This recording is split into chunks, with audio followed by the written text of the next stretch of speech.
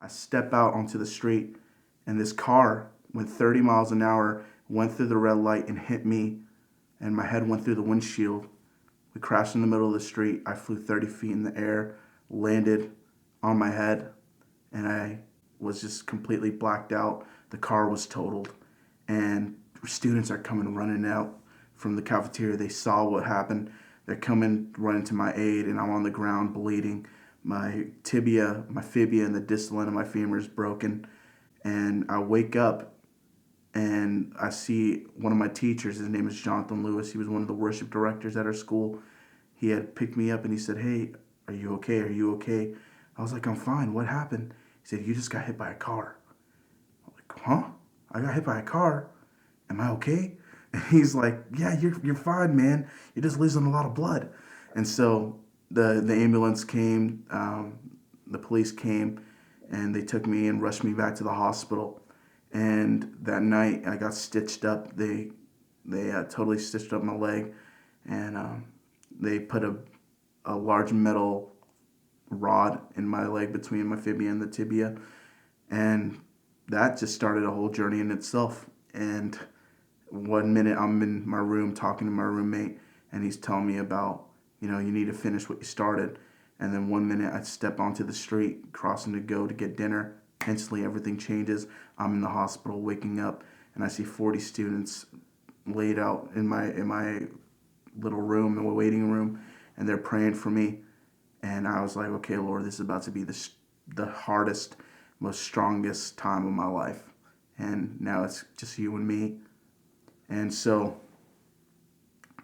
my roommates and my RAs, they hooked me up in my little hospital room. I had to heal up for a month and a half in the hospital, in the United Methodist Hospital Center. And, one of my legs was casted up and lifted up. And so I had to just stay on a hospital bed for a good while, for about a month and a half. And so they would hook me up with some subwoofers. They would hook me up with the PlayStation system. And friends would come in and out all the time from CFNI. RAs would come in, and they would have scheduled appointments to watch over me or help me if I needed any help or whatnot. And so I was living in a hospital room for a month, and it was fun. It was exciting because um, we would have music bursting out into the room, and we would have worship, just continual worship. And God started moving. I mean, students from CFNI just started prophesying over nurses. Friends that would come and visit that knew my father from back in San Diego would just come out and just totally get wrecked by the Lord. It was just a crazy, crazy testimony.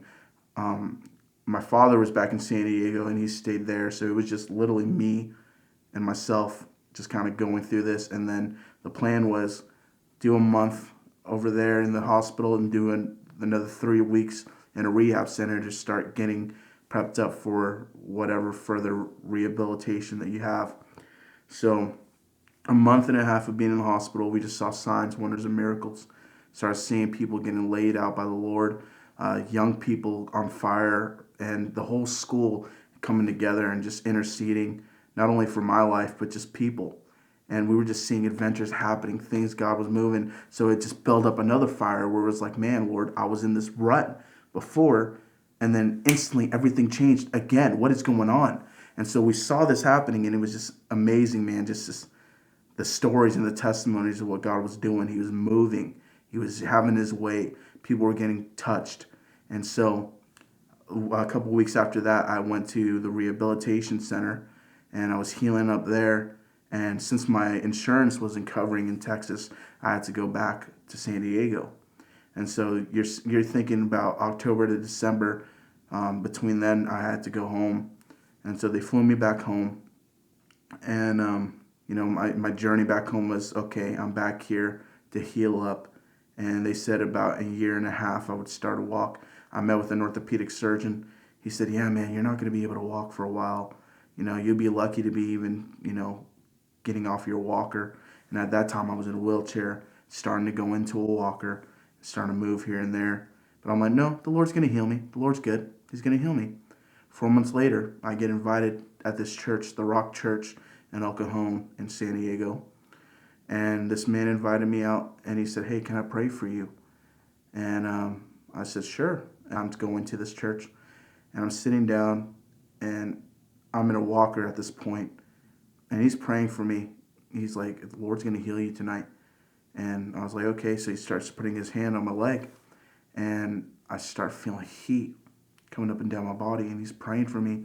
He's like, in the name of Jesus, you're going to walk. You're not going to grow weary. You're not going to grow tired. You're going to run. And I'm just like, okay. And not even an instant. No one had to tell me to get up. No one ushered me to get up. I just got up and started walking, started moving back and forth.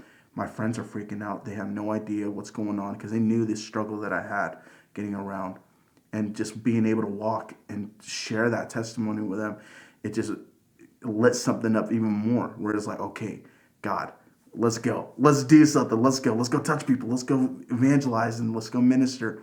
So even from that point in San Diego, things were happening. God was just shifting things around.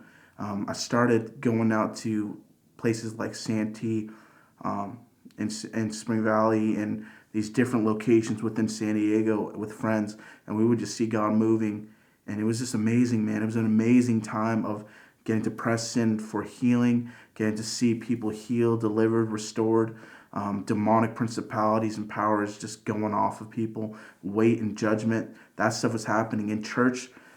Bringing back at home at Foothills, that was stuff that was changing things, and people were getting affected here and there.